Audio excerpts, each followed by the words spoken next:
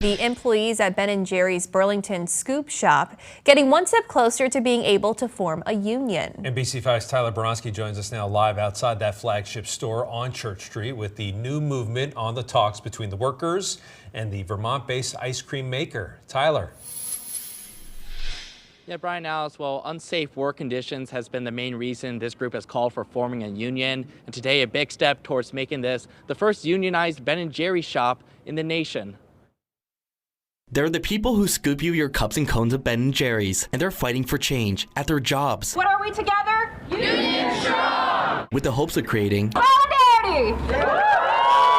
In order to get safer work conditions behind and in front of the counter, 2 weeks ago, the roughly 40 employees at the flagship store who call themselves Scoopers United exercised their right to form a union. Progress is being made with Friday's announcement that Ben & Jerry's has signed the fair election principle, becoming the first major-sized company to do so. This is a really huge win in terms of just negotiating fair contracts. The National Labor Board affords us some rights as unionizing communities, but in general, this would go far beyond what is typically given to people. U.S. Senator Bernie Sanders, a big supporter of unions, stopped by, praising the efforts from both sides. I'm very proud of the work that these workers have done in coming together to form a union, and I'm very proud that we have here in Vermont a company like Ben & Jerry's that has long stood for progressive principles, today saying they're willing to sit down and negotiate a good contract with their workers. Ben & Jerry's echoing those sentiments in a statement to NBC5, saying this should be regarded as a step in solidarity in the spirit of constant improvement towards a fair, inclusive, and equitable workplace. Some more steps need to be taken before these workers can officially be recognized as a union and reach any collective bargaining agreement with the ice cream maker. The bargaining of a contract is dependent on being formally recognized as a union by Ben & Jerry's. This can either happen through a card check through the National Labor Council, or it can also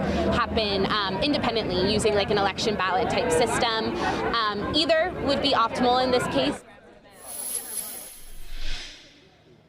And members from Scoopers United told me they're hopeful they can get the union recognition approval by the end of next week. From there, they would like to see a new contract proposal within the next couple months. Live in Burlington tonight, Tyler Bronski, NBC5 News.